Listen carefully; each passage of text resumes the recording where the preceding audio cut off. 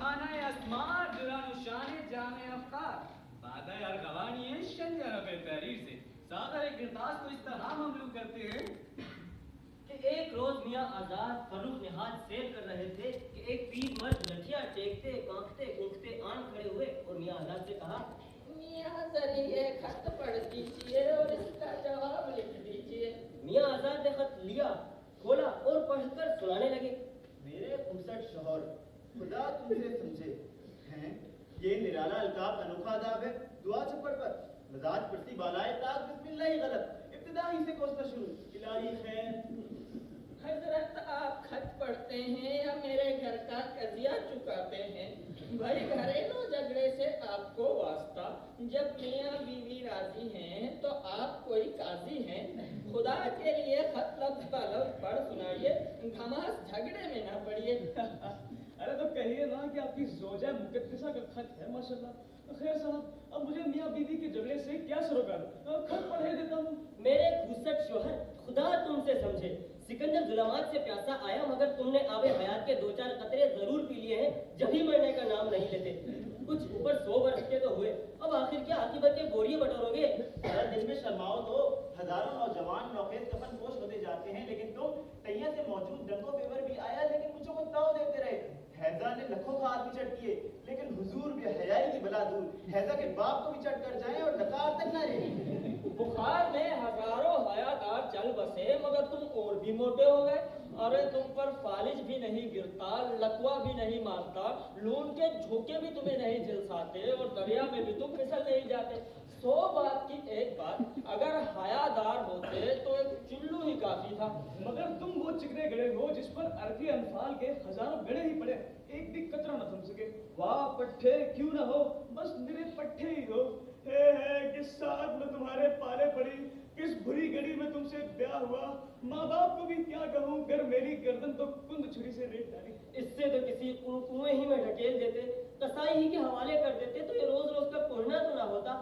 ہاتھوں میں تو آپ کی لاشا، پاؤں میں سکت نہیں، منہ میں دانت نہ پیٹ میں آن، کمر کمان کی طرح خم اور بینائی کی یہ کیفیت ہے کہ رات دن کو اونٹ نہیں سوچتا۔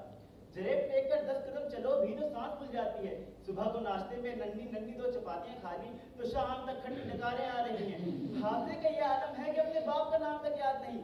ذرا سوچو اس عمر میں شادی کا شوق کیوں چڑھا؟ ایک پاؤں تو قبر میں لٹکایا ہے اور خیال یہ گنگنایا ہے کہ دلہا بنے، دلہن لائیں، نوشا کہلائیں۔ اللہ سو، جس وقت تمہارا پوپلا منہ، سفید منہ اور گالوں کی جھریاں اور گنجی چاند اور منحوس صورت یاد آتی ہے، کھانا حرام ہو جاتا ہے۔ مگر واہ بڑے میاں واہ، خدا جھوٹ نہ بلائے تو ہمارے ابا جان سے 50-60 برس بڑے ہی ہوں گے، اور اماں جان کو تم نے گود میں کھلایا ہو تو تعجب نہیں، مگر باہری قسمت کہ آپ اور میرے شوہر زمین شک ہو تو میں دھس جاؤں۔ اس کا جواب کسی منشی میں بدل سے ہی لکھوائیے گا۔ بڑھاپے میں اب کبھی شادی نہ کریں گے۔ بہت خوب، کیا ابھی بھی شادی کی کوئی حوث باقی ہے؟ پیٹ نہیں بھرا؟ اچھا، اس کا جواب ہم کل سوچ کر دیں گے۔ اگلے روز میاں آزاد اٹھے اور سویرے ہی چل کھڑے ہوئے، چاروں طرف سناٹا پڑا ہوا۔ ہر سمت لطف اتم ہے، نور کا عالم ہے۔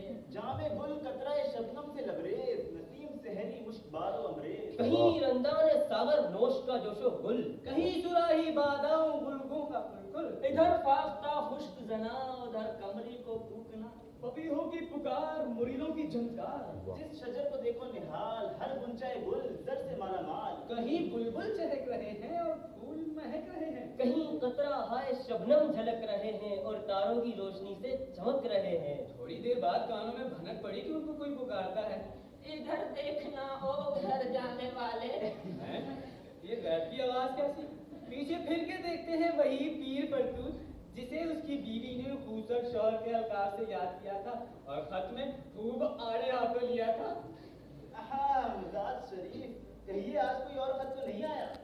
ارے کیا بتاؤں، اس نے تو میرے ناک میں دم کر دیا ہے۔